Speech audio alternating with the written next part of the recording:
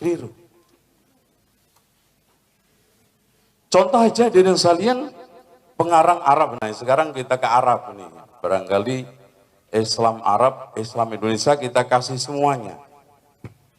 Ini di dalam kitab I'anatul Talibin soal masalah tahlilan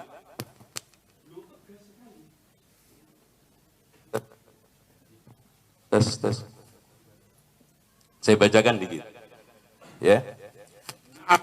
Ma yaf'alun nasu minal istima' indal mayyit wa sun'it ta'am minal bid'il munkarah. Enggak tanggung-tanggung. Allati yusabu ala man'iha. Saya terjemahkan. Ya.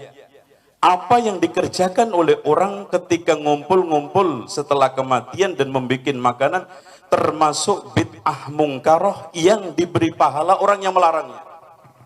Saya yakin semua Pak Kiai tahu kitab ini, I'anatul Talibin. Kemudian tadi dari Ustadz Zainal Abidin membicarakan masalah tahlilan. Padahal ini nanti ada sesi khusus ya tentang tahlilan. Memang tahlilan ini di dalam kitab I'anatul Talibin, bid'ah munkarah, dalam sebagian lain dikatakan bid'ah makruhah. Bid'ah makruhah orang yang memerangi akan mendapatkan pahala. Tapi persoalannya ini sudah menjadi budaya, sudah menjadi adat, kalau diperangi malah kita yang dimusuhi oleh orang. Padahal kata para ulama di dalam ada seorang ulama dari mazhab Hambali, ada kitab namanya Al-Adabus Syar'iyyah wal Minahul Mar'iyah, karangannya Ibnu Muflih Al-Maqdisi. Beliau muridnya Syekh Ibnu Taimiyah. Kitab ini diterbitkan oleh pemerintahan Saudi Arabia. Beliau mengatakan la yambaghil khuruj min adatin nas illa fil haram. Tidak sebaiknya keluar dari adat masyarakat selama tidak haram. Tahlil itu selamatan kan tidak haram, hanya makruh. Saya yakin para kiai termasuk Ki Abdullah Fakih ketika keluarganya meninggal, beliau juga tahlilan. Itu bukan tidak tahu dengan isi I'anatul Talibin. Saya yakin beliau hafal semua itu. Tetapi mengapa? Karena ini adat dan manhaj Rasulullah SAW di dalam berdakwah. Ketika adat ini kalau diberantas ini akan menimbulkan kerusuhan, akan menimbulkan gejolak, oleh Rasulullah SAW dibiarkan. Mungkin bisa dibaca dalam kitab Al-Adabus Syar'iyyah. Karena waktu sudah habis, maka saya kembalikan. Mungkin nanti khusus tahlilan kita bicarakan dalam diskusi tentang tahlilan. Waktu dikembalikan kepada tentang masalah tahlilan. Kita dapati setelah kita membaca buku-buku dari mazhab Syafi'iyah, ternyata para ulama Syafi'iyah mengingkari masalah tahlilan. Lafal-lafal mereka bermacam-macam. Ada lafal mengatakan muhdats, sesuatu yang baru. Ada lafal yang mengatakan bid'atun munkarah, bid'ah yang apa? Mungkar, ya. Dan ini seperti tadi penekanan dari I'anatul Talibin bahwasanya orang yang melarang akan diberi apa? Dapat pahala. Ini menunjukkan penekanan yang luar biasa tentang masalah tahlilan. Dan kita dapat yang menyedihkan di tanah air kita, tahlilan ya seakan-akan suatu perkara yang wajib. Dan ini kenyataan, kalau orang tidak tahlilan, seakan-akan dia salah. Sampai ada perkataan kamu seperti ngubur seekor kucing. Padahal kita tahu Nabi SAW meninggal di zaman beliau sangat banyak. Ada Khadijah radhiyallahu taala anha, putri-putri beliau, putra beliau, para sahabat. Kemudian di zaman Abu Bakar para sahabat. Tidak pun ada dalil bahwasanya mereka bertahlil seperti acara yang ma'ruf, seperti acara yang kita ritual yang kita laksanakan di tanah air kita 3 hari, 7 hari. Ini juga bilangan dari mana? 3, 7, 40, 100 dan tiap tahun. Ini semua yang menjadikan para ulama Syafi'iyah dengan tegasnya mengatakan bahwasanya tahlilan adalah bid'ah. Oleh karenanya kita mengajak kepada para ikhwan, para saudara-saudara kita dari Nahdlatul Ulama dan yang lain Ahlussunnah wal Jamaah untuk kembali kepada masalah ini, kembali kepada mazhab Syafi'i. Tidak ada salahnya ini memudahkan kaum muslimin. Akhirnya kita dapati orang yang tatkala harus tahlilan dia harus mengutang sana, mengutang sini. Sudah terkena musibah ditimpa lagi dengan musibah harus apa? Membiayai 1 hari, 2 hari sampai hari ke-7 kemudian hari kesekian. Ini sangat merepotkan. Apalagi saya baca di internet sampai ada yang mencuri kabel gara-gara apa? Untuk mengadakan apa? Tahlilan. Dan ini kenyataan merepotkan. Ya, merepotkan. Oleh karenanya disebutkan oleh para ulama Syafi'iyah hal ini banyak dari Imam Nawawi, Imam Syafi'i, kemudian para ulama yang lain mengikuti bahwasanya tahlilan hukumnya tidak keluar dari bid'ah munkarah, bid'ah yang apa? Mungkar. Ini menunjukkan bid'ah dhalalah, bid'ah yang sesat, bahkan orang yang melarang akan diberi pahala oleh Allah Subhanahu wa taala.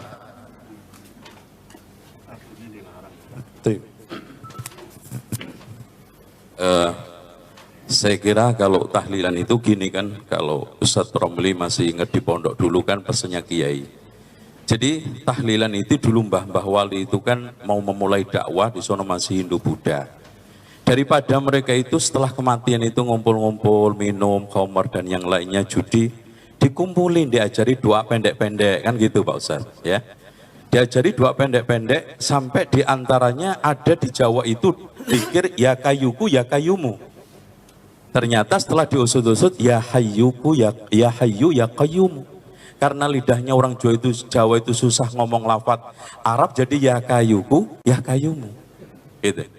Nah, kalau kita melihat sedikit saja pernyataan ini apa namanya Syekh Dimyati ya, yang lebih apa namanya mengena lagi bahwa di sini ittikhadut ta'am fil yaumil awal wa thalith wa ba'dal usbu wa naqlil ta'am ila al-qabr fil mawasim ila ini liman syafal yuraj ila Allah wa ta'ala fal yuraj wallahu ta'ala a'lam, katabu khadimus syariah wal manhaj ya.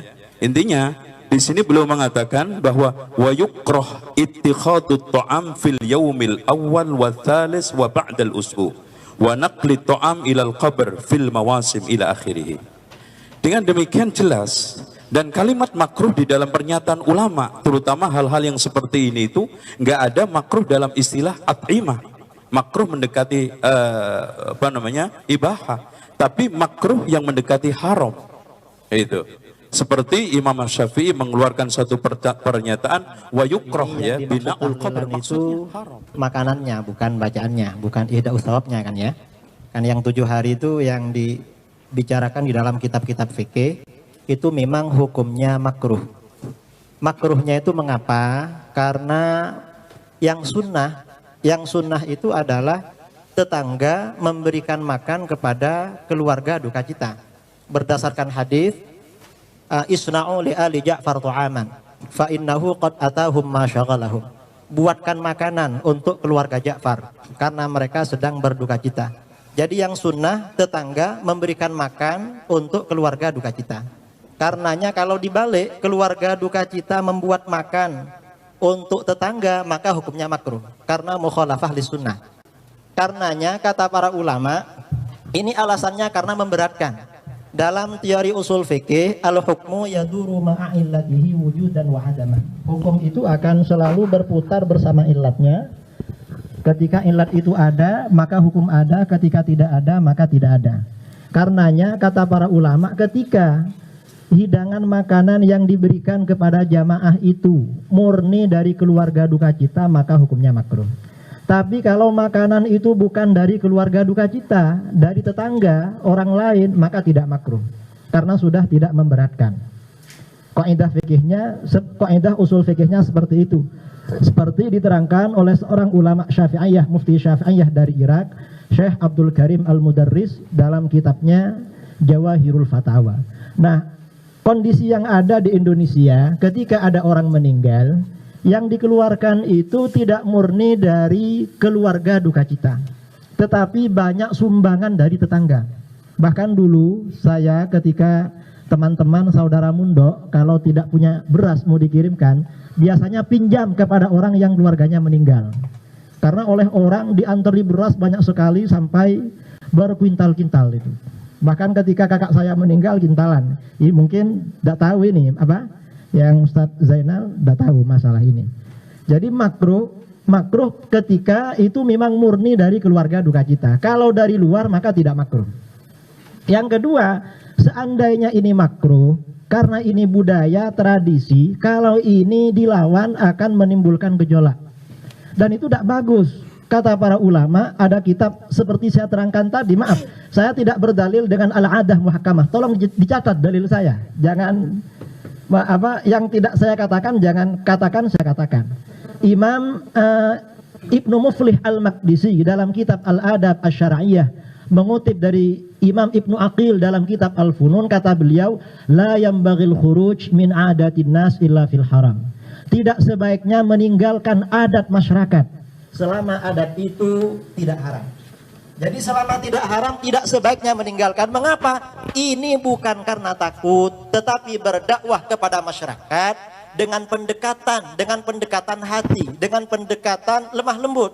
Mengapa? Dan ini yang dilakukan oleh Rasulullah Shallallahu Alaihi Wasallam. Di dalam kitab itu diterangkan riwayat Bukhari Muslim, fa innar Rasulullah Shallallahu Alaihi Wasallam tarakal Ka'bah wa qala laula hittanu qaumiki bil jahiliyah la fa'altu. Karena Rasulullah SAW membiarkan Ka'bah dan tidak melakukan rekonstruksi. Alasannya karena umat Islam baru meninggalkan masa-masa jahiliyah.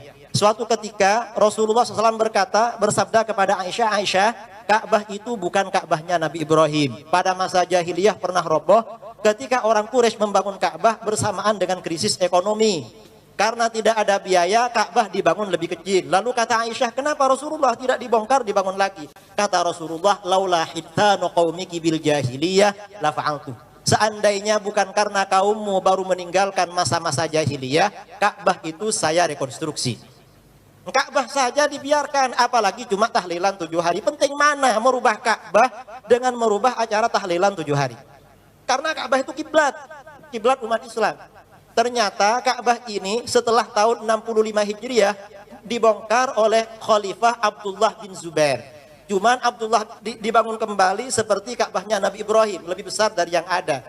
Cuma bin Zubair ini menjadi khalifah tidak kondusif, perang terus dengan Bani Umayyah. Akhirnya kalah. Setelah dia kalah, proyek khalifah yang baru Abdul Malik bin Marwan, Ka'bah ini dibongkar, dikembalikan lagi ke Ka'bahnya jahiliyah. Alasannya ini Ka'bahnya Abdullah bin Zubair, bukan Ka'bahnya Rasulullah Sallallahu Alaihi Wasallam. Akhirnya ada seorang ulama menyampaikan kepada Abdul Malik bin Marwan bahwa ini Abdullah bin Zubair mendapat wasiat dari Aisyah dari Rasulullah Sallallahu Alaihi Wasallam.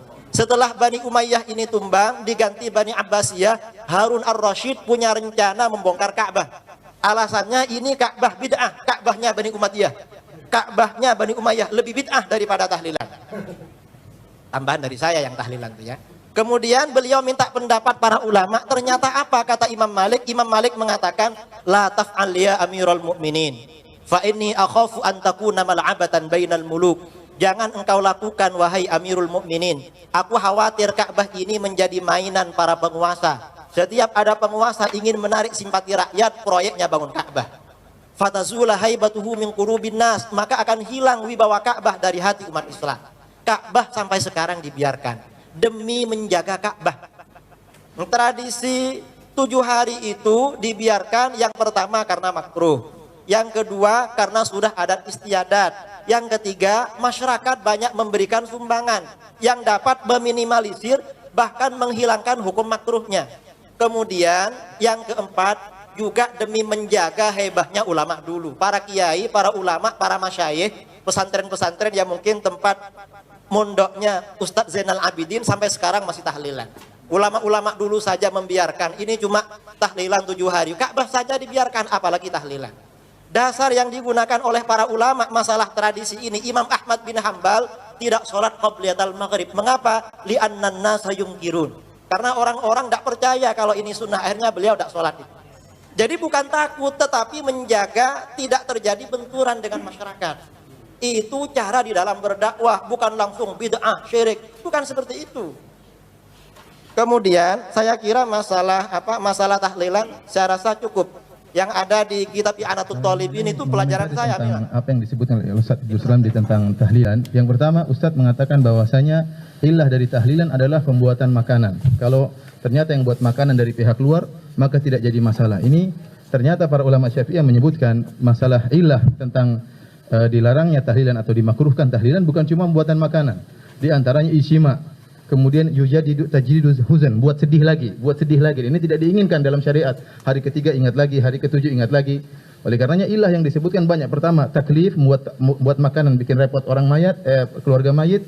Yang kedua, ada ijtima, kunna na'udu ijtima wa sani'atu ta'am ba'dal dafni minan niyaha. Kami memandang, kata Jarir bin Abdullah, kami para sahabat memandang kalau ada kumpul-kumpul di rumah keluarga mayat, ya maka ini termasuk niyah, meratapi. Oleh karenanya ilah bukan cuma satu, harus dipahami. Ilah juga diantaranya mengenai kesedihan. Kemudian yang kedua, tahlilan hukumnya makruh, bukan makruh tanzih, bukan makruh istilah usuliyin bahwasanya kalau dikerjakan tidak mengapa, ditinggalkan dapat pahala. Tapi makruh di sini makruh tahrim.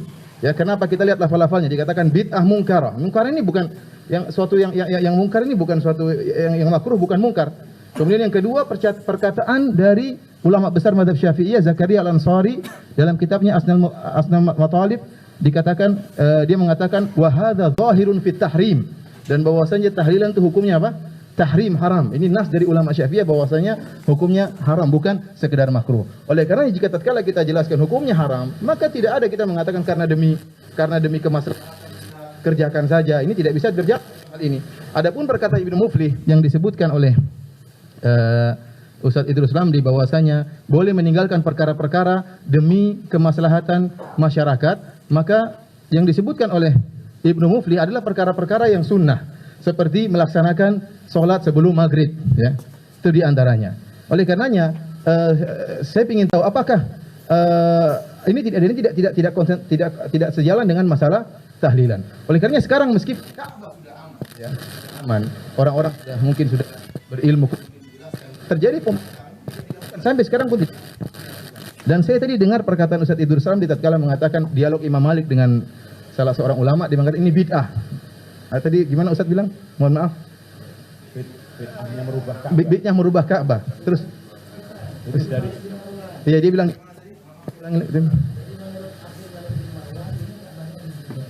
antum tadi bilang lafal bid'ah. Masih ada apalagi bid'ah tahlilan. Anda tadi anda insyaallah ada rekamannya, kita lihat.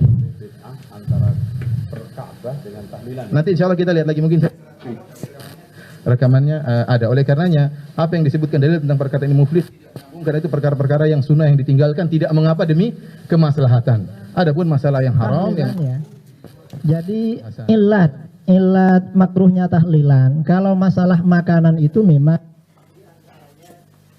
makanan itu dibuat dari keluarga kita atau dari masyarakat yang dari luar.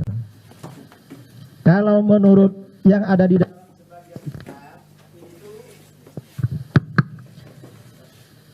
di dalam sebagian kitab Syafi'iyah disebutkan oleh Mufti Irak, Mufti dari Irak, Syekh Abdul Karim Al-Mudarris Asy-Syafi'i dalam kitabnya Jawahirul Fatawa. Jadi ketika memang ini yang menyuguhkan makanan ini dari masyarakat dari luar, maka dibolehkan. Jadi tidak makruh. Tapi kalau masih ada dari keluarga duka cita, maka ini makruh. Ini menurut Syafi'iyah. Dan ini dibiarkan oleh para ulama.